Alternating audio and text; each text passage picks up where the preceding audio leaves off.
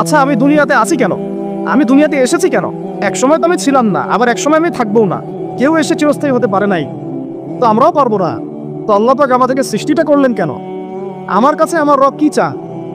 আমি যদি না থাকতাম তাহলে আমার পরিবার চলতো কিনা, আমার সমাজটা চলতো কিনা, আমার শিক্ষা ব্যবস্থাটা চলতো কিনা, আমার দেশটা চলতো কিনা, এই বিশ্বের ঘূর্ণন চলতো কিনা, আর্নিক গতি চলতো কিনা, থেমে যেত? উত্তর না। আমি না থাকলে আর্নিক গতি থামতো না। আমি না থাকলে কি আমার পরিবার থেমে থাকতো না, আমার সমাজ থেমে থাকতো না, এই মসজিদ থেমে থাকতো না, এই রাজনীতি থেমে থাকতো না, অর্থনীতি থেমে থাকতো না, দেশও থেমে থাকতো না, উম্মাও থেমে থাকতো না। তাহলে আল্লাহ পাক আমাকে কেন সৃষ্টি করলেন? আমার কি রোল আছে এখানে? আমার কি ভূমিকা? এই এতটুকু চিন্তা করার মতো আমাদের জেনারেশন আমরা পাচ্ছি না।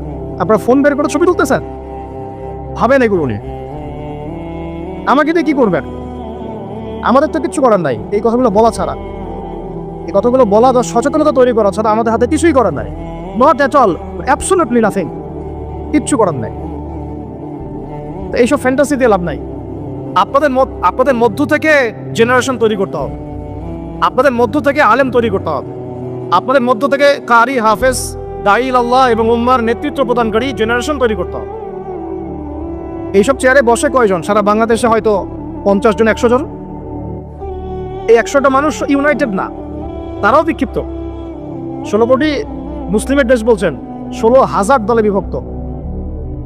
এর মধ্যে সবচেয়ে বিশুদ্ধ যেটাকে আমরা মনে করি, সেখানেও দেখবেন যে আরো 10টা 20টা দল হয়ে বসে আছে। এর বাইরে গিয়ে আবার যারা বললো না তারা বিশুদ্ধ নয়, আমরাই সবচেয়ে বিশুদ্ধ, ওদের মধ্যেও 10টা দল হয়ে গেল। না তারা ইউনাইটেড, না তারা মানে আমরা, না আমরা ইউনাইটেড, আর না আমাদের কোনো আমিরুল মুমিনিন আছে যিনি সবাইকে একটা জায়গায় নিয়ে দিনের কিছু খেদমত নেবেন, আসসামু ওয়া তাআ থাকবে, শুনলাম মানলাম আনুগত্য করলাম, এমন থাকবে? নাই।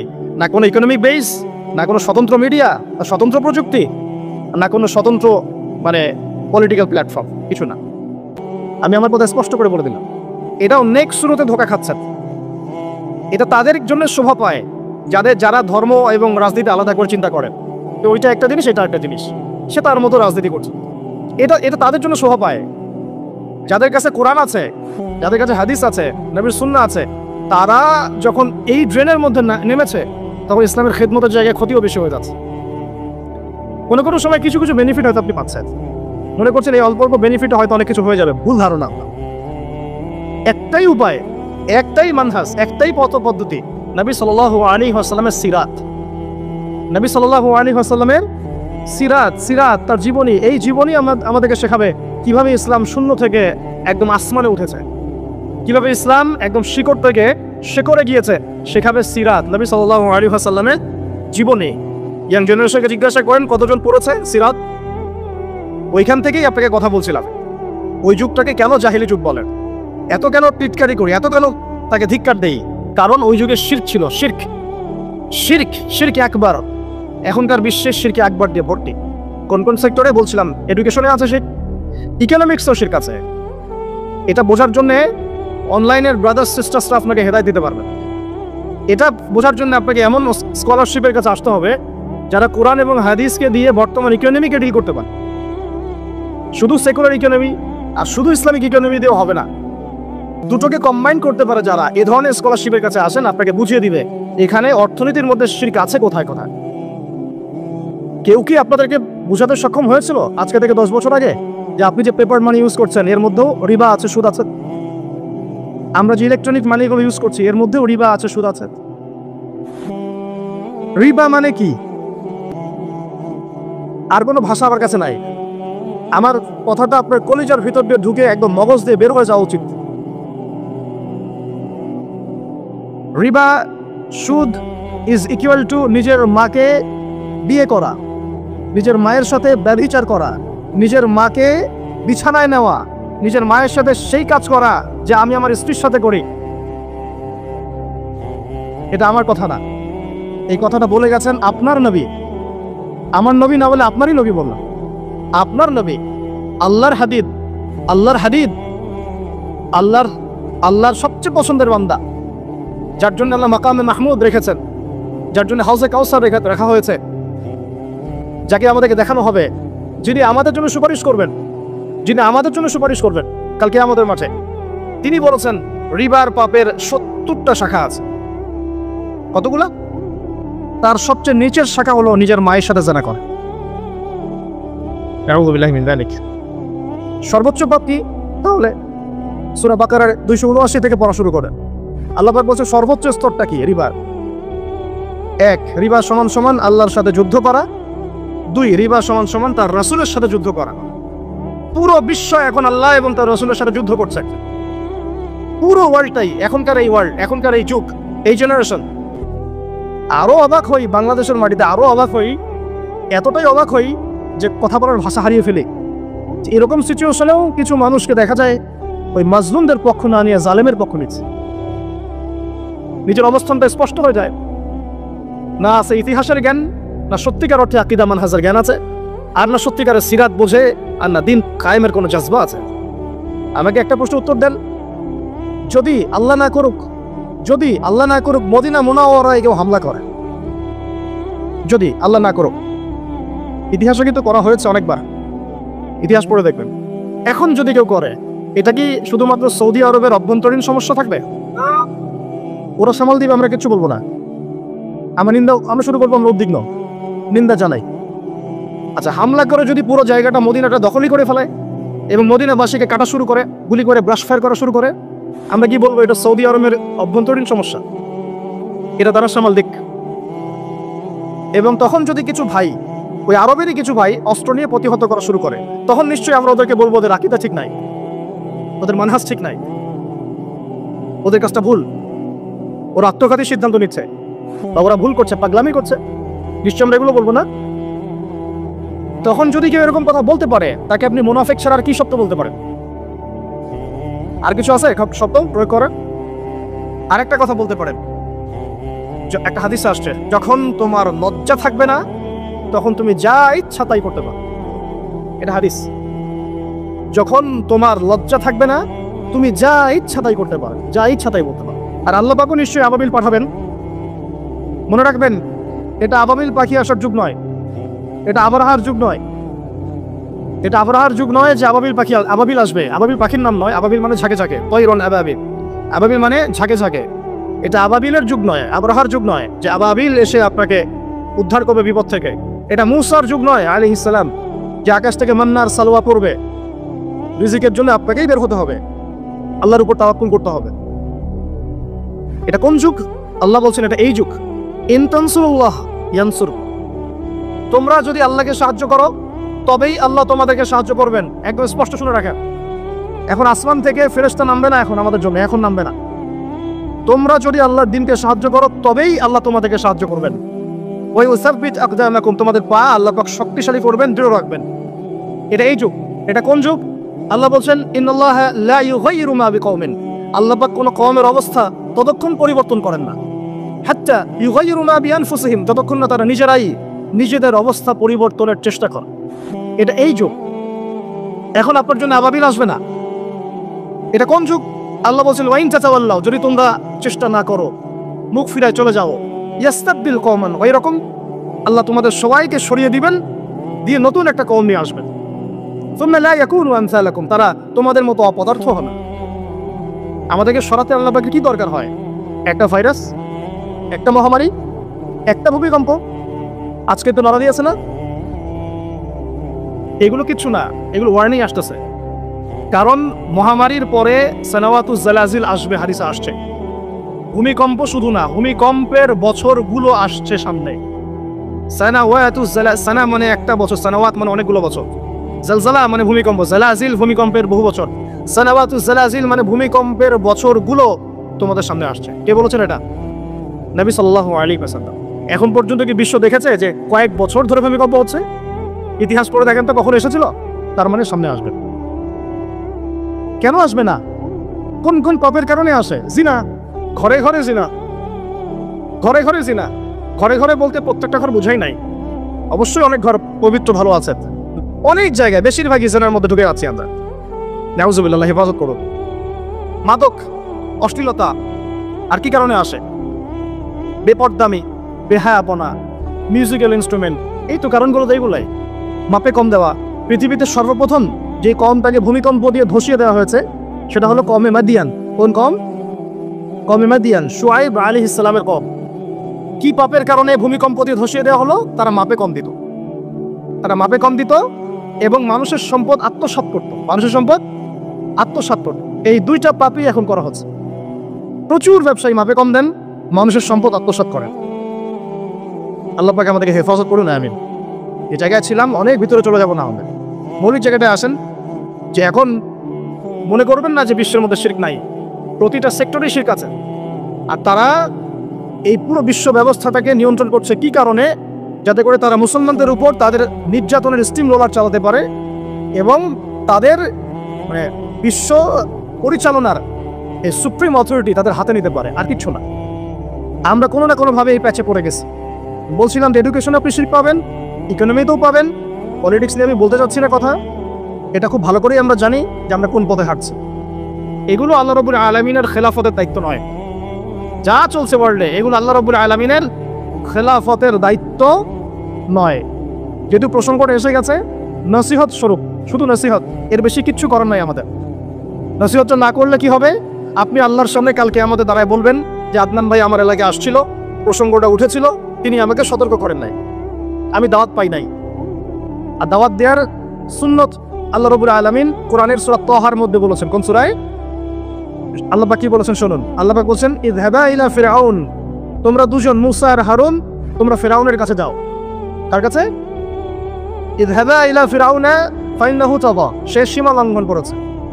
কিন্তু ওয়াকুলা লাহু কওলান লাইয়িনা লাআল্লাহু ইয়াতাযাক্কারু আও ইয়াখশা, আল্লাহ বলেন ফিরআউনের কাছে গিয়ে কর্কশ ভাষায় কথা বলো না, আঘাত করে কথা বলো না। ঠিক আছে, আমরা যেটা করি অনলাইনে অফলাইনে, খুব কর্কশ ভাষায় কথা বলি, আঘাত করে কথা বলি, এটাকে সওয়াবের কাজ মনে করি। এগুলো গুনাহ এবং দাওয়াতের মানহাজের সম্পূর্ণ বিপরীত চলে। নিজের ভাইয়ের গোশত খাই বসে বসে। আল্লাহ পাক বলেন ওয়াকুলা লাহু কওলান লাইয়িনা, ফিরআউনের মতো কাফেরের সামনে দাঁড়িয়েও তুমি নরম ভাষায় কথা বলো, নম্রতা প্রদর্শন করো। কেন? লাআল্লাহু ইয়াতাযাক্কারু আও ইয়াখশা, হতে পারে সে উপদেশ গ্রহণ করবে এবং আমাকে ভয় করবে। কত চমৎকার দাওয়াতের পদ্ধতি ইসলামে দিয়েছে। এখন আমাকে বলেন যে আল্লাহ পাক কি জানতেন না যে ফিরআউন পরবর্তীতে ঈমান আনবে না? আল্লাহ জানতেন না? তারপরেও কেন এটা আয়াত নাযিল করলেন? আমাদের জন্য, আমরা শিখতে পারি। ওই জায়গা থেকে আমি কথা বলছি। দেখুন আপনি কোন শিরকের মধ্যে আছেন, কেন আপনি এই জীবনে গিয়ে ভুল করছেন, কোন জায়গায় ভুল করছেন? ভাই হিসেবে আমি নসিহতটা করে যাচ্ছি, রাগ করবেন? শুনে নেবেন। কোরআনের শুরুতেই দেখবেন আপনি একটা আয়াত আছে, বিসমিল্লাহির রহমানির রহিম, ওয়াইজ কুল্লা লিল মালাইকা ওয়াইজ ক্বালা রাব্বুকা লিল মালাইকা ইন্নী জাইলুন ফিল আরদি খলিফা। হে নবী মুহাম্মদ সাল্লাল্লাহু আলাইহি ওয়াসাল্লাম স্মরণ করেন ওই সময়ের কথা যখন আমি আল্লাহ ফেরেশতাদেরকে বলেছিলাম যে আমি পৃথিবীতে আমার খলিফা পাঠাতে চাই। কি ওয়ার্ড আল্লাহ ইউজ করেছেন? খলিফা পাঠাতে চাই। তো ফেরেশতারা বলছেন আতাজালু ফিহা মা ইউফসিদু ফিহা ওয়া ইয়াসফিকু দিমা, আপনি কি এমন কাউকে পাঠাতে চাচ্ছেন যে পৃথিবীতে গিয়ে রক্তপাত ঘটাবে এবং ফাসাদ সৃষ্টি করবে? তাই করছে কিনা মানুষ? বুঝেন নাই? পৃথিবীতে মানুষ ফাসাদ সৃষ্টি করছে কিনা, রক্তপাত ঘটাচ্ছে কিনা? ফেরেশতারা তাদের দূরদর্শিতায় সঠিক ছিল কিনা? ছিল। তারপর আল্লাহ পাক বললেন ইন্নী আ'লামু মা লা তা'লামুন, আমি যা জানি তোমরা সেটা জানো না। মানে আমার এমন অনেক শুকরগুজার বান্দা থাকবে যারা এই কাতারভুক্ত হবে না। ঠিক আছে, আল্লাহ রাব্বুল আলামিন আদম আলাইহিস সালামকে খলিফা বললেন। এরপরে অনেক গল্প, এটা বলতে অনেক সময় লাগবে। নাম শিক্ষা দিলেন, সমস্ত নাম মানে জ্ঞান, সমস্ত জ্ঞান ফেরেশতাদেরকে দিয়ে সিজদা করালেন। ইবলিস করলো না, মনে আছে? ইবলিস করলো না, উল্টা চ্যালেঞ্জ করলো। কি চ্যালেঞ্জ করলো? যে আপনি খালাকতানি মিন নার ওয়া খালাকতাহু মিন তিন, আমাকে সৃষ্টি করেছেন আগুন দিয়ে, তাকে মাটি দিয়ে, আমি কেন সিজদা করব? আল্লাহ বলছে মা মানাআকা আল্লা তাসজুদা ইযা আমারতুক, তোমাকে সিজদা করতে কে নিষেধ করলো? তখন সেই যুক্তি দেখালো আল্লাহ রাব্বুল আলামিনের সামনে। আল্লাহ পাক বলেন ফাখরুজ মিনহা ফাইন্নাকা রাজিম, এখান থেকে বের হয়ে যাও, আমার আদেশ অমান্য করে তুমি অভিশপ্ত শয়তান হয়ে গেছে। ফাইন্না আলাইকা লা'নাতা ইলা ইয়াউমিদ্দিন, কিয়ামত পর্যন্ত তোমার উপর লানত। ইবলিস বলছে আনজিরনি ইলা ইয়াউমি ইউবআসুন, আচ্ছা ঠিক আছে আমাকে বের করে দিচ্ছেন, আমাকে কিয়ামত পর্যন্ত অবকাশ দেন। আল্লাহ বলছেন ফাইন্নাকা মিনাল মুনজারিন, যাও তোমাকে অবকাশপ্রাপ্ততে অন্তর্ভুক্ত করা হলো। এবার ইবলিস চ্যালেঞ্জ করছে ফাবিমা আগওয়াইতানি, হে আল্লাহ আপনি যার জন্য আমাকে বের করে দিলেন। হে আদম সন্তানরা শুনেন কথাটা ভালো করে, প্রত্যেক আদম সন্তান কথাটা ভালো করে শুনেন। ফাবিমা আগওয়াইতানি, হে আল্লাহ আপনি যে আদমের কারণে আমাকে এখান থেকে বের করে দিলেন, লাআকউদান্না লাহুম সিরাতাকাল মুস্তাকিম, আমি সে আদম সন্তানের এই সরল পথে ওত পেতে বসে থাকবো, একদম ওত পেতে বসে থাকবো। নেক্সট স্রোতে ধোকা খাওয়াই দিবে। এখানে বলছে আমি অবশ্যই পথভ্রষ্ট করব। এরা পশুর কান ছিদ্র করবে এবং আল্লাহর সৃষ্টিকে তারা বিকৃত করবে। আব্দুল্লাহ বিন মাসউদ রাদিয়াল্লাহু আনহুর যুগে তো এরকম জেনারেশন ছিল না, তাই তিনি এই কথাটা বলতে পারেন নাই।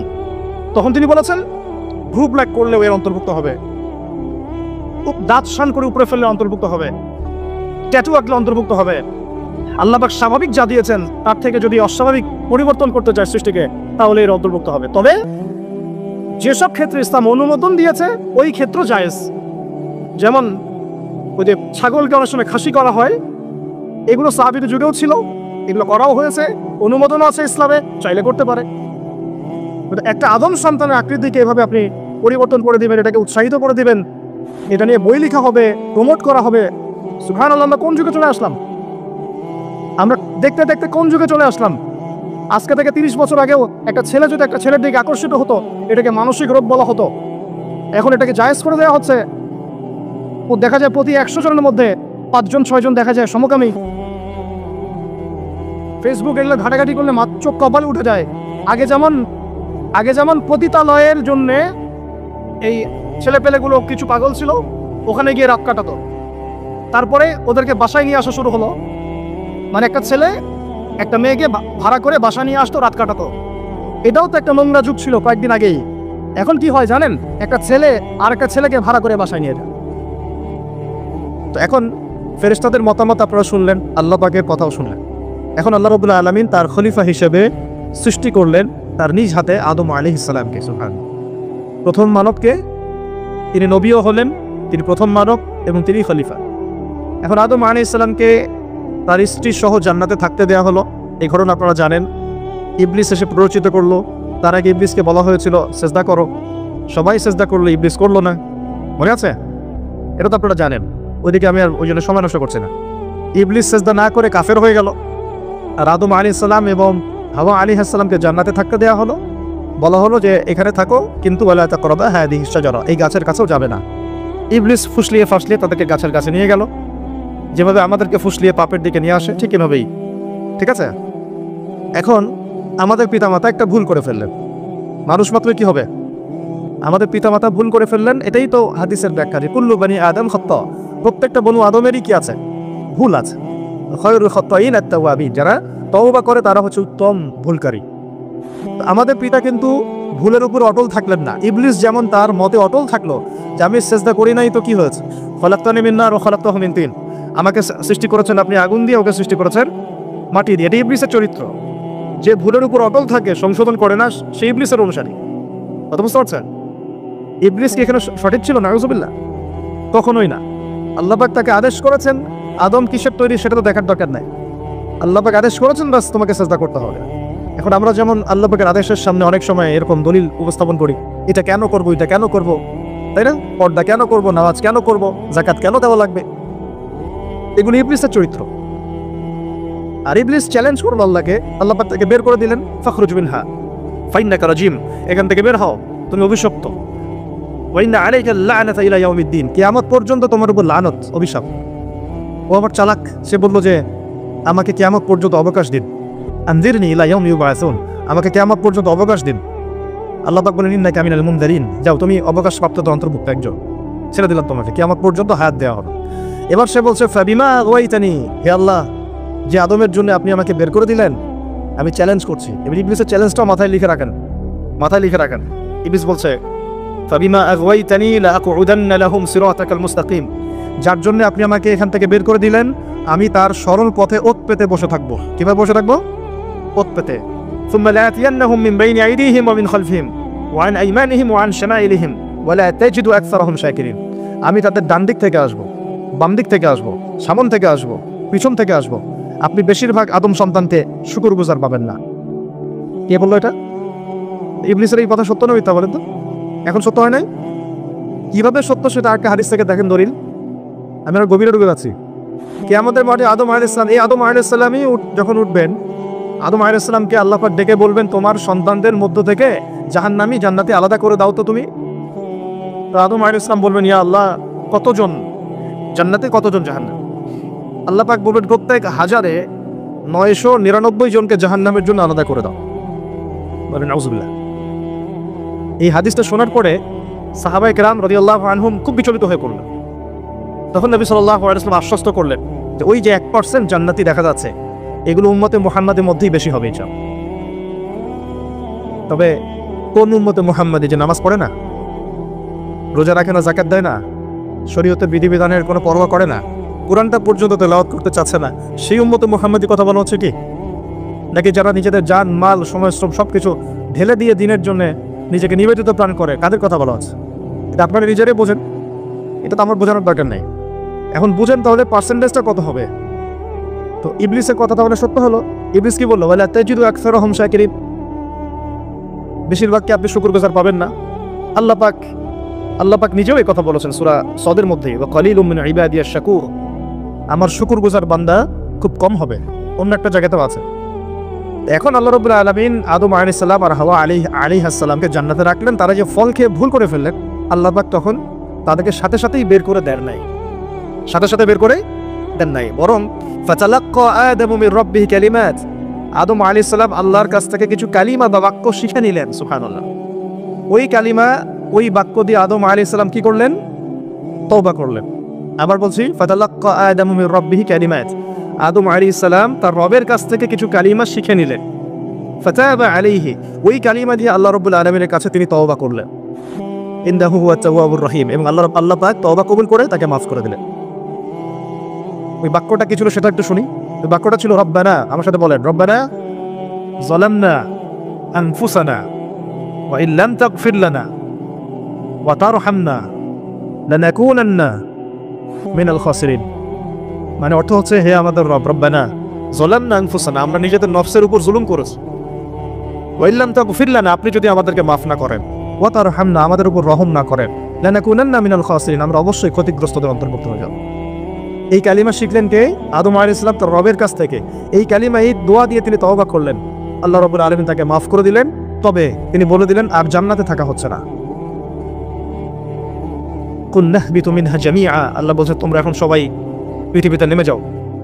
ফাইম্মা ইয়াতিয়ান্নাকুম মিন্নি হুদান, নেমে যাও পৃথিবীতে, কিন্তু জেনে রেখো পৃথিবীতে আমার পক্ষ থেকে তোমাদের কাছে হেদায়েত যাবে। কি যাবে? হেদায়েত মানে আসমানি কিতাব, নবী রাসূল, আসমানি কিতাব, নবী রাসূল, এগুলো আসবে তোমাদের কাছে। ফামান তাবিআ হুদায়া, যে আমার এই হেদায়েতের অনুসরণ করবে, ফালা খাউফুন আলাইহিম ওয়া লা হুম ইয়াহজানুন, তাদের কোনো ভয় নাই, কোনো দুশ্চিন্তা নাই। যে জান্নাত থেকে গিয়েছো ওই জান্নাতে ফিরে আসবে ইনশাআল্লাহ। এটা একটা কথা। আর ওয়াল্লাযীনা কাফারু ওয়া কাযযাবু বিআয়াতিনা, কিন্তু যারাই আমার ওই হেদায়েতকে মিথ্যা প্রতিপন্ন করবে, অস্বীকার করবে, কুফরি করবে, ঠিক আছে, উলাইকা আসহাবুন নার, এরা হবে জাহান্নামের অধিবাসী, হুম ফিহা খালিদুন, এখানে তারা চিরস্থায়ী হবে। বক্তব্য একদম সহজ সরল পরিষ্কার না? দুনিয়াতে যাচ্ছ যাও, এটা চিরস্থায়ী নয়। এই সময়টুকুর মধ্যেই আমার পক্ষ থেকে কি আসবে বলেন? হেদায়েত আসবে, মানে যুগে যুগে নবী রাসূল আসবেন, আসমানি কিতাব আসবে। ফামান তাবিআ হুদায়া, তোমাদের মধ্যে যারা এই নবী রাসূলদেরকে মানবে, আসমানি কিতাব সমূহকে মানবে, তাদের কোনো টেনশন নাই, কোনো ভয় নাই, আবার জান্নাতে ফিরে আসবে ইনশাআল্লাহ।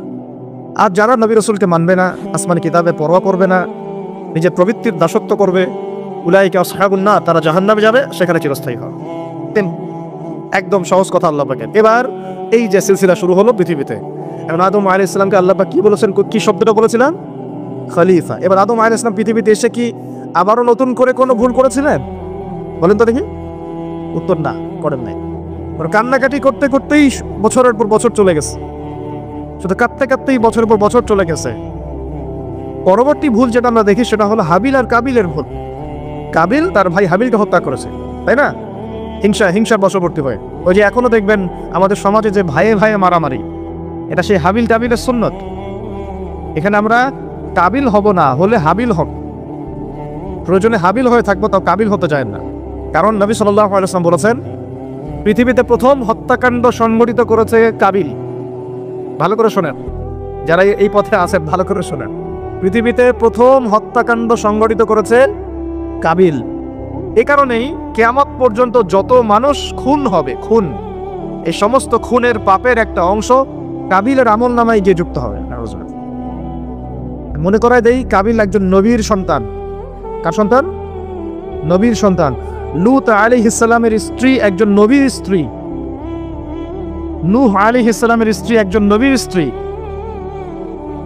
আবু লাহাব সর্বকালের সর্বশ্রেষ্ঠ মানব মুহাম্মদ সাল্লাল্লাহু আলাইহি ওয়াসাল্লামের চাচা। আবার ফেরাউনেরও স্ত্রী, তার নাম, দাসীর নাম কি? আসিয়া। তাহলে আমাদের বংশ, আমাদের রং, আমাদের জাতীয়তা, আমাদের অর্থ সম্পদ, আমাদের টাকা পয়সা, আমাদের স্ট্যাটাস, আমাদের ভাষা, আমাদের এই গোত্রীয় বিভাজন, এগুলো আমাদেরকে আল্লাহ পাকের আযাব থেকে বাঁচাতে পারবে না যদি না আমরা আল্লাহ পাকের হুকুম আহকাম মেনে চলি। একজন নবীর ছেলে কোথায় যাচ্ছে? একজন নবীর স্ত্রী কোথায় যাচ্ছে? লূত আলাইহিস সালামের স্ত্রী কোথায় যাচ্ছে? আবু জাহেল কি আল্লাহ নবী সাল্লাল্লাহু আলাইহি ওয়াসাল্লামের চাচা ছিল না? আবু লাহাব কি চাচা ছিল না?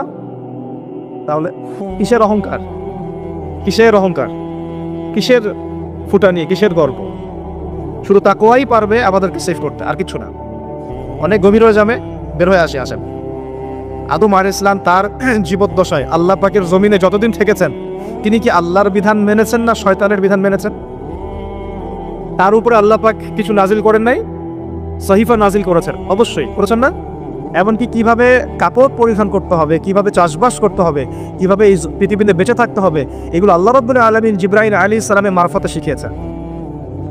মানুষ কাপড় পরা জানতো না, কে শিখিয়েছেন? আল্লাহ পাক। আল্লাহ পাক পোশাক নাজিল করেছেন। শুরুতে মানুষ গাছের ছালপাতা পরে থাকতো না, এগুলো মিথ্যা কথা। আল্লাহ রাব্বুল আলামিন আসমান থেকে পোশাক নাজিল করেছেন প্রথম।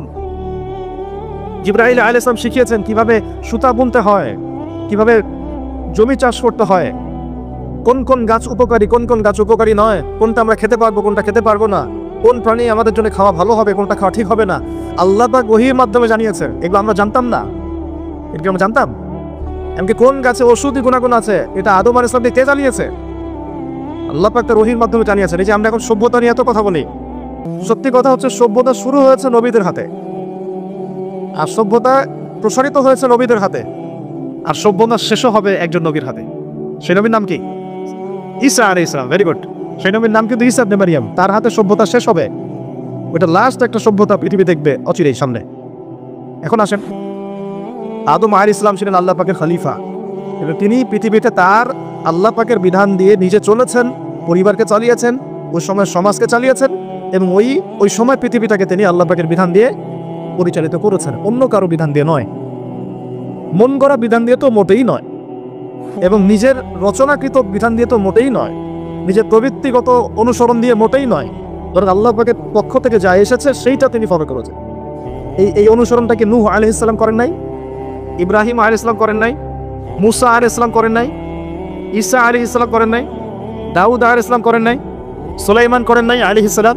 আমাদের নবী মুহাম্মদ সাল্লাল্লাহু আলাইহি ওয়াসাল্লাম তিনি কি করেন নাই? আমার কথা কি বুঝতে পারছেন? তাহলে তারা কি অনুসরণ করেছেন পৃথিবীতে? আল্লাহ পাকের ওহীর বিধান। কিসের বিধান? ওহীর বিধান। এখন আসেন, আরেকজন নবীকে আল্লাহ পাক বলেছেন খলিফা, তার নাম কি বলেছিলাম শুরুতে? দাউদ। কোন সূরা আছে এটা? সদের মধ্যে। এইখানে আল্লাহ পাক আরো স্পষ্ট করে বলেছেন একজন খলিফার দায়িত্ব কি। খুব মনোযোগের সাথে শুনবেন। আল্লাহ পাক বলছেন যে ইয়া দাউদ, হে দাউদ, ইন্না জাআলনাকা খলিফাতান ফিল আরদ, আমি আল্লাহ তোমাকে পৃথিবীতে আমার খলিফা করেছি। সুবহানাল্লাহ। তো এখন তৎকালীন নমরুদ যে সভ্যতার অধিবাসী ছিল, এই সভ্যতাটাকে আমরা বলি কালাডীয় সভ্যতা। এটাকে কালাদীয় সভ্যতা বলা হয়। এটা মূলত জাদুর জন্য একটু বিখ্যাত ছিল, যেটার রেফারেন্স আমি দিলাম সুলাইমান আলাইহিস সালামের যুগ থেকে। এখানে আজারের ঘরে জন্ম নিয়েছেন আমাদের নবীগণের পিতা, মুসলিম জাতির পিতা ইব্রাহিম আলাইহিস সালাম। সুবহানাল্লাহ। বলা বাহুল্য যে নমরুদ কিন্তু 400 বছর বেঁচে ছিল, এবং 400 বছর হায়াত পাওয়ার পরে সে মনে করছিল যে সে কখনো মারা যাবে না। এরপরেই সে নিজেকে খোদা দাবি করা শুরু করেছে আর কি। এই বাচ্চা ছেলেটা বড় হতে লাগলো। যারা সমাজকে পরিবর্তন করে তারা কিন্তু সমাজের স্রোতে গা ভাসায় না।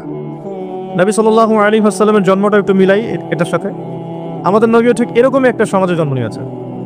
ইব্রাহিম আলাইহিস সালাম যেমন জন্ম নিয়েছেন শিরকে ভরা সমাজে, চতুর্দিকে মূর্তি পূজা হচ্ছে, ইভেন তার বাসায় তার বাবা হচ্ছে মূর্তি পূজারীদের সর্দার, তার ঘরে তিনি জন্ম নিয়েছেন। ঠিক তেমনি রাসূল সাল্লাল্লাহু আলাইহি ওয়াসাল্লাম যে মক্কায় জন্ম নিয়েছেন, সেই মক্কা ছিল শিরকের আকড়া। সেখানে লাত, উজ্জা, হুবল, মানাতে পূজা হতো, সুদ ছিল, জিনা ছিল, ব্যভিচার ছিল, মাদক ছিল, গোত্রীয় হানাহানি ছিল, নারীর অবমাননা ছিল। এরকম আইয়ামে জাহিলিয়াতেও নবী সাল্লাল্লাহু আলাইহি ওয়াসাল্লাম জন্ম নিয়েছেন। নবী সাল্লাল্লাহু আলাইহি ওয়াসাল্লাম, ইব্রাহিম আলাইহিস সালাম দুজনের চেহারাও একরকম ছিল। দুজনের চেহারার গঠনটাও একরকম ছিল, দেহের গঠনও একরকম ছিল। মেরাজের রাতে নবী সাল্লাল্লাহু আলাইহি ওয়াসাল্লাম দেখে এসেছিলেন ইনি কে, যাকে দেখতে হুবহু আমার মতো লাগছে। জিবরাইল আলাইহিস সালাম বলেছেন ইনি আপনার পিতা ইব্রাহিম আলাইহিস সালাম। সুবহানাল্লাহ। ঠিক তেমনি আমরা খেয়াল করে দেখি যে জীবনের যে চড়াই উতরাই, পারিবারিক জীবন, সামাজিক জীবন, হিজরতের জীবন, দিন প্রতিষ্ঠা ইত্যাদি, প্রত্যেকটা ডিপার্টমেন্টেও ইব্রাহিম আলাইহিস সালাম আর মুহাম্মদ সাল্লাল্লাহু আলাইহি ওয়াসাল্লামের মধ্যে একটা চরম মিল আছে। এটা আমরা আস্তে আস্তে এই গল্পের ভিতরে গেলে বুঝতে পারবো। আর এ কারণেই হয়তোবা আল্লাহ ভালো জানেন, এই কারণেই হয়তোবা আমরা যখন তাশাহুদের পর দরুদ পড়ি, আমরা দরুদের মধ্যে অন্য নবীর নাম নিচ্ছি না, আমরা মুহাম্মদ সাল্লাল্লাহু আলাইহি ওয়াসাল্লামের সাথে ইব্রাহিম আলাইহিস সালামের নাম নিচ্ছি। হতে পারে এটা একটা কারণ, আল্লাহ ভালো জানেন। এখন এরকম পরিবেশে বড় হতে লাগলেন ইব্রাহিম আলাইহিস সালাম। আমি একটু আগে বলেছি যারা সমাজকে পরিবর্তন করে তারা কখনো সমাজের জাহিলিয়াতের স্রোতে গা ভাসায় না। মুহাম্মদ সাল্লাল্লাহু আলাইহি ওয়াসাল্লাম সমাজ পরিবর্তন করেছেন আইয়ামে জাহিলিয়াতকে মাত্র 23 বছরের ব্যবধানে, কিন্তু তিনি কিন্তু জাহিলিয়াতের সাথে গা ভাসান নাই। তিনি কখনো সুদ খাননি, তিনি কখনো মূর্তি পূজা করেন নাই, তিনি কখনো কোনো অন্যায় গুনাহ করেন নাই, তিনি কখনো মাদকদ্রব্যের কাছেও যান নাই, কিন্তু সমাজটা ছিল এগুলোতে নিমজ্জিত। ঠিক ইব্রাহিম আলাইহিস সালামের ক্ষেত্রেও সেম, তিনি একজন প্রধান পুরোহিতের ঘরে জন্ম নিয়েও কখনো মূর্তির ধার কাছে যান নাই। বরং একটু যখন বড় হচ্ছেন, একটু বড় বলতে ম্যাচিউরড, আমাদের টিকটক প্রজন্মের মতো না, এরা 20-30 বছর হয়ে গেলেও ম্যাচিউরড হয় না, বুদ্ধি প্রতিবন্ধী, বিকলাঙ্গ। ইভেন ইদানিং আমাদের মেয়েরা ছেলে হচ্ছে আর কি, আমাদের নারীরা এখন পুরুষত্ব দেখাচ্ছে। আমরা পুরুষরা ফেসবুকে একটা স্ট্যাটাস দিয়ে ক্ষান্ত হয়ে থাকি। এটুকু আমাদের দায়িত্ব উম্মার প্রতি। আর এখানে আমরা দক্ষতা অর্জন করেছি অনেক। আমরা মনে করি আমরা সবাই কিবোর্ড মুজাহিদ, আমরা এটা মনে করি। এটাই যুদ্ধ, এটাই জিহাদ। আর নারীরা মাঠে যুদ্ধ করছে এখন সম্ভ্রমের জন্য, অধিকারের জন্য ইত্যাদি। ফ্যামিলিস্ট রেভলিউশনের দিকে তাকালেও তাই দেখা যায়। ছেলেরা এখন বেকার হয়ে যাচ্ছে, কিন্তু মেয়েরা স্বাবলম্বী হচ্ছে। তারা দিনদার নয়, এই মেয়েগুলো দিনদার নয়, কিন্তু জীবনে প্রতিষ্ঠিত হওয়ার জন্য লড়ছে, চ্যালেঞ্জ গ্রহণ করেছে। এটা ছেলেদের উচিত ছিল। আজারের ঘরে জন্ম নেওয়া সেই ইব্রাহিম কিন্তু চ্যালেঞ্জ গ্রহণকারী একটা ছেলে। সে এখন তার পিতাকে বলছেন, কি বলছেন আমরা একটু কোরআনের ভাষা শুনি। আল্লাহ রাব্বুল আলামিন বলছেন, সূরা মারিয়ামের মধ্যে এসেছে ঘটনাটা 41 থেকে 45 নম্বর আয়াতের মধ্যে। আল্লাহ পাক বলছেন, ওয়াজকুর ফিল কিতাবি ইব্রাহিম বা'দা আউযু বিল্লাহি মিনাশ শাইতানির রাজীম। হে নবী মুহাম্মদ সাল্লাল্লাহু আলাইহি ওয়াসাল্লাম, আপনি এই কিতাবে ইব্রাহিমের ঘটনা বর্ণনা করুন। ইয ক্বালা লিআবিহি, যখন ইব্রাহিম তার বাবাকে বললেন, তার বাবা মানে আজারকে বললেন, ইয়া আবাতি, হে আমার বাবা, লিমা তা'বুদু, তুমি কেন ইবাদত করো এমন সত্তার, মা লা ইয়াসমাউ, যে শুনতে পারে না, ওয়ালা ইউবসিরু, দেখতেও পারে না, ওয়ালা ইউগনি আনকা শাইআ, তোমার কোনো উপকার করতে পারে না।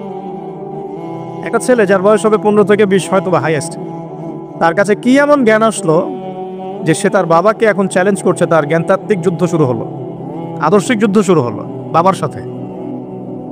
হে আমার বাবা, আপনি কেন এমন সত্তার ইবাদত করছেন যে শুনতেও পারে না? অসারতা দেখিয়ে দেওয়া হচ্ছে চোখে আঙ্গুল দিয়ে, দেখতেও পারে না, আপনার তো কোনো উপকারও করতে পারে না, কোনো ক্ষতিও করতে পারে না। বললাম ইউগনি আনকা শাইআ, ইয়া আবাতি, হে আমার বাবা, ইয়া আবাতি ইন্নী আখাফু আন ইয়ামাসসাকা আযাবু মিনার রাহমানি ফাতাকুনা লিশ-শাইতানি ওয়ালিয়া, হে আমার বাবা, আমি ভয় পাচ্ছি যে আপনার উপরে না আবার আল্লাহ পাকের গজব নেমে আসে এবং আপনি শয়তানের ওলি না হয়ে যান। ওলি মানে কি? বন্ধু, বন্ধু, শয়তানের বন্ধু না হয়ে যান। ইয়া আবাতি ইন্নী ক্বাদ জাআনি মিনাল ইলম মা লাম ইয়াতিকা ফাত্তাবি'নি আহদিকা সিরাতান সাওয়িয়া। কি চমৎকার কথা! ছোট ছেলেটা বলছে, হে আমার বাবা, আমার কাছে একটা জ্ঞান আসছে, জ্ঞান, আমার কাছে একটা জ্ঞান এসেছে যেটা তোমার কাছে আসে নাই। ফাত্তাবি'নি, তুমি আমার অনুসরণ করো। আহদিকা, আমি তোমাকে পথ দেখাবো। সিরাতান সাওয়িয়া, সহজ সরল পথ দেখাবো তোমাকে। সন্তান বাবাকে নসিহত করছে। দেখুন, সন্তান বলছে, আমার কাছে এমন জ্ঞান এসেছে বাবা যেটা তোমার কাছে আসে নাই, তুমি আমাকে ফলো করো, আমার অনুসরণ করো, আমি তোমাকে পথ দেখাবো। Ego problem, ego. আজকেও যখন কম বয়সী কোনো মানুষ বেশি বয়সের কাউকে দাওয়াত দিতে যাবে, এরকম প্রবলেম ফেস করতে হবে। তার বাবা কি বললো, কেন ফেস করতে হবে আল্লাহ পাক সেটা বলেছেন সূরা বাকারা। এই সূরাটা সূরা বাকারায় বলেছেন, ওয়া ইযা কিলা লাহু ইত্তাকিল্লাহ, কিছু মানুষ আছে যাদেরকে যদি বলা হয় আল্লাহকে ভয় করুন, আখাযাতহুল ইজ্জাতু বিল ইসম, তাদের প্রেস্টিজে লাগে। এক কথায় কি? প্রেস্টিজে লাগে। প্রেস্টিজ নষ্ট হয়। আখাযাতহুল ইজ্জাতু বিল ইসম ফাহাসবুহু জাহান্নাম, আল্লাহ বলেন ওর জন্য জাহান্নামই যথেষ্ট। তো এখনকার সমাজে প্রবলেমটা আপনারা ফেস করবেন। যদি আপনার বয়স কম হয়, আপনার কাছে অনেক জ্ঞান থাকলেও মানুষ সমাজে নিতে যাবে না। আপনি ক্রিপ্টোকারেন্সি নিয়ে কথা বলছেন, এক শ্রেণী ধর্মনেতাই আপনার পিছনে লেগে যাবে। আপনি ইসলামিক রেভলিউশন নিয়ে কথা বলবেন, ইসলাম এস্টাবলিশমেন্ট নিয়ে কথা বলবেন, ইউনিটি নিয়ে কথা বলবেন, উম্মার করণীয় নিয়ে কথা বলবেন। আপনি এই বয়সে, এত ছোট বয়সে আপনি উম্মার প্রবলেমসগুলো ফাইন্ড আউট করে সেগুলো সলিউশন নিয়ে কথা বলবেন, এত বড় সাহস আপনার? এটাই প্রবলেম এখন। অথচ চমৎকার একটা বিষয়, আমাদের সমাজে এগুলো দেখা যায়, অন্য কোথাও দেখা যায় না। কোনো ড্রাইভারকে জিজ্ঞাসা করবেন, তার স্কিল সম্পর্কে জিজ্ঞাসা করবেন যে আপনার স্কিল কেমন। একটা অ্যান্সার দিবে সে, আমি 10 বছর থেকে চালাই, বা 15 বছর থেকে চালাই, আমি 27 বছর থেকে গাড়ি চালাই। মানে তার এই বয়সটাই হচ্ছে স্কিলের মানে দলিল, সার্টিফিকেট। এখন এরকম চলছে দিনী অঙ্গনেও। আমি 20 বছর থেকে ফতোয়া দিই, আমি 32 বছর থেকে ওয়াজ করি, আমি এই করি, আমি সেই করি। এই যে জাহির করা, আল্লামা তাকি উসমানী দায়ামাত বরাকাতুহু এবং তার যারা ছাত্ররা আছেন সারা উপমহাদেশে, স্পেশালি বাংলাদেশে, তাদের অনেকের সাথে আমি দেখা করেছি। তারা একটা নসিহত সবাই কমনভাবে করেন, দেখি নসিহতটা করেন যে কখনো নিজেকে জাহির করবা না, কখনো নিজেকে জাহির করবা না, তাহলে আল্লাহ তোমার ইলম কেড়ে নিবে। আর আমরা এখন দিনী অঙ্গনে জাহির করার জন্য ব্যস্ত। আমি এত বছর থেকে এটা করি, আমি অত বছর থেকে করি, অথচ এটা কোনো দলিল নয়, এটা কোনো সার্টিফিকেট নয়। এত বছর থেকে বলার পরে ভুল হতে পারে, যেটা ভুল হবে সেটা শুধরে নিতে হবে।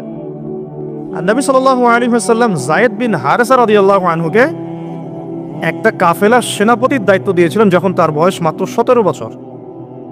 কত বছর? 17 বছর বয়সী একজন তরুণ সাহাবী যায়েদ ইবনে হারেসা রাদিয়াল্লাহু আনহু, তিনি নেতৃত্ব দিচ্ছেন এমন সাহাবীদের যে সাহাবীরা তার চেয়ে বয়সে অনেক বড়।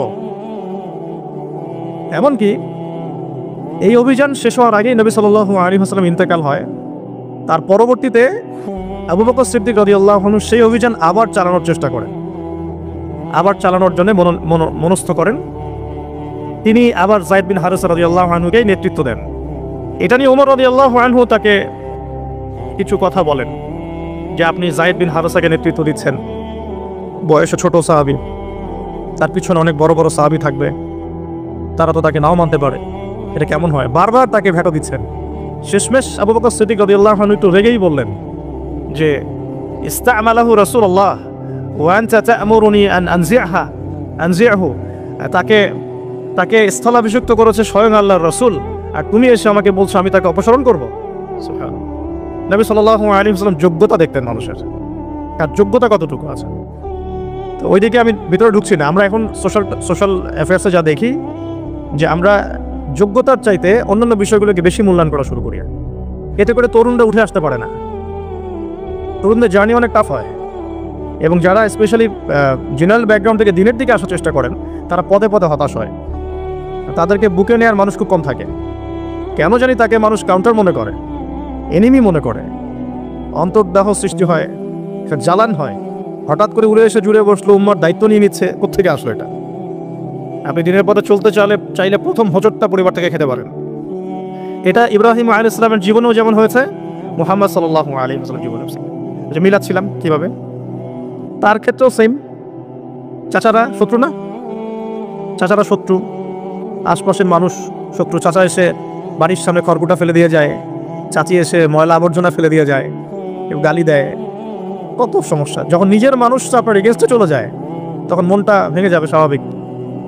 কারণ নিজের মানুষটা সারা দুনিয়া যদি আপনার বিপক্ষেও থাকে, কাছের কিছু মানুষ আপনার পক্ষে থাকে, তখন আপনি বাসাতে অ্যাটলিস্ট সিংহ, তখন বাসা থেকে এনার্জি নিয়ে বাইরে যুদ্ধ করতে পারবেন। কিন্তু বাহিরে সবাই মোটামুটি ধরেন যে আপনার পজিটিভ, বাসায় এসে দেখলেন যে বাসায় আপনার কোনো রকম অনুকূল পরিবেশ নাই, তখন বাইরের সিংহ হলে বাসায় বিড়াল হয়ে থাকতে হবে। তখন দেখেন ইব্রাহিম আলাইহিস সালামের জীবনে আর মুহাম্মদ সাল্লাল্লাহু আলাইহি ওয়াসাল্লামের জীবনে একটা স্পেশাল নেয়ামত ছিল, সেটা হলো স্ত্রীদের নেয়ামত। বাহিরে মানুষ অনেক কিছু বলছে, গালিগালাজ করছে, মারছে, কাটছে, থুতু দিচ্ছে, সমালোচনা করছে, কিন্তু বাসায় ইব্রাহিম আলাইহিস সালামের আছেন সারা, হাজেরা, আর মুহাম্মদ সাল্লাল্লাহু আলাইহি ওয়াসাল্লামের আছেন খাদিজা রাদিয়াল্লাহু। অ্যাটলিস্ট বাসায় আপনি একটা কি বলবো যে বড় একটা প্রশান্তির জায়গা আপনার বাসায় আছে। তো এটা একটা বড় নিয়ামত যেটা ইব্রাহিম আলাইহিস সালাম এখন হারালেন। হারালেন কিভাবে? বাবা বাসা থেকে বের করে দিল। এখান থেকে বুঝতে হবে যে দিনের পথে চলতে গেলে প্রথম বাধা পরিবার থেকে আসতে পারে, তাই বলে তাদের সাথে কোনো রকমের দ্বন্দ্ব সংঘাতে যাওয়া যাবে না। সালামুন আলাইক, সালামুন আলাইক, তোমাদের উপর শান্তি বর্ষিত হোক। ইব্রাহিম বলছেন সালামুন আলাইক, হে বাবা আপনার উপর শান্তি বর্ষিত হোক। শুধু তাই না, আরও বলছেন আস্তাগফিরু লাকা রব্বি, আমি আপনার জন্য আল্লাহর কাছে ক্ষমা চাইব ইনশাআল্লাহ। ইন্নাহু কানা বি হাফিয়া, তিনি আমার প্রতি খুব মার্সিফুল, আশা করি তিনি আমার দোয়া কবুল করবেন। কিন্তু যখন তিনি জানতে পেরেছিলেন যে তার বাবা শিরকের উপর আছেন, আল্লাহ পাক মাফ করবেন না, সূরা তাওবার মধ্যে আছে, তখন থেকে তিনি আর ক্ষমা চান নাই, বাবার জন্য ক্ষমা চান নাই। এবার ইব্রাহিমের সফর শুরু হলো একাকিত্বের সফর। তার মানে একটা বিষয় এটাও শিখতে হবে, হকপন্থীদের সাথে আল্লাহর দেয়া একটা বিশেষ নেয়ামত হচ্ছে একাকিত্ব। হকপন্থীদের লাইফে আল্লাহ পাকের পক্ষ থেকে একটা বিশেষ অনুগ্রহ হচ্ছে একাকিত্ব। মানে একাকিত্ব কেন নেয়ামত বললাম? কারণ একাকিত্ব মানুষকে আল্লাহ চিনিয়ে দেয়। অনেক আলেম দেখবেন যারা জেল টেল খেটে বের হয়েছেন, তারা সবাই একটা কথা বলবেন, জেলখানায় আমরা আল্লাহকে চিনেছি। সব আলেমরা এই কথা বলে যারা ওখান থেকে বের হয়ে আসে।